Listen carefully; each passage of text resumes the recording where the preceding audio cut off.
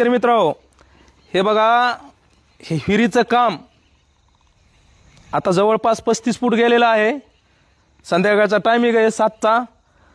तर हिरीला पाणी काय भरपूर लागलेलं आहे. पण विषय म्हणजे हे सांगायचं कारण, तर हे शेतकरी म्हणजे हे नोकरदार आहेत, हे राहतात पुण्याला. तर ह्यांच्या हिरीचं काम आपण घेतलेलं आहे.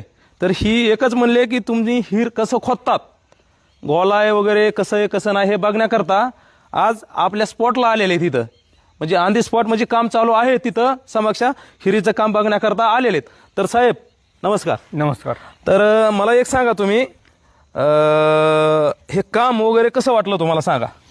काम एकदम ओके आहे. नियोजनबद्ध आहे, क्वालिटी आहे.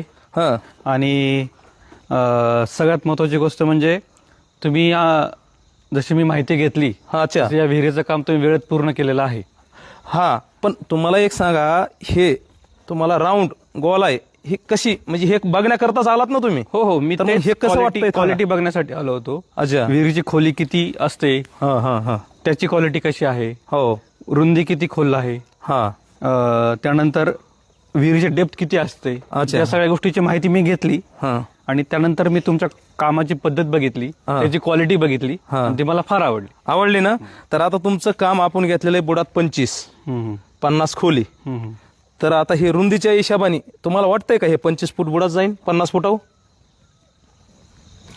हो, जाऊ शकतं ना. हा, बस हेच करता तुम्हाला बघण्याकरता आणलेलं आहे. कारण की तुम्ही राहतात पुण्याला, आता इथं बटाईदार करून घेणार आहे ते विहीर, जेणेकरून त्यांनी तुम्हाला म्हणून आहे की बाबा हे काम असं करतात तसं करतात.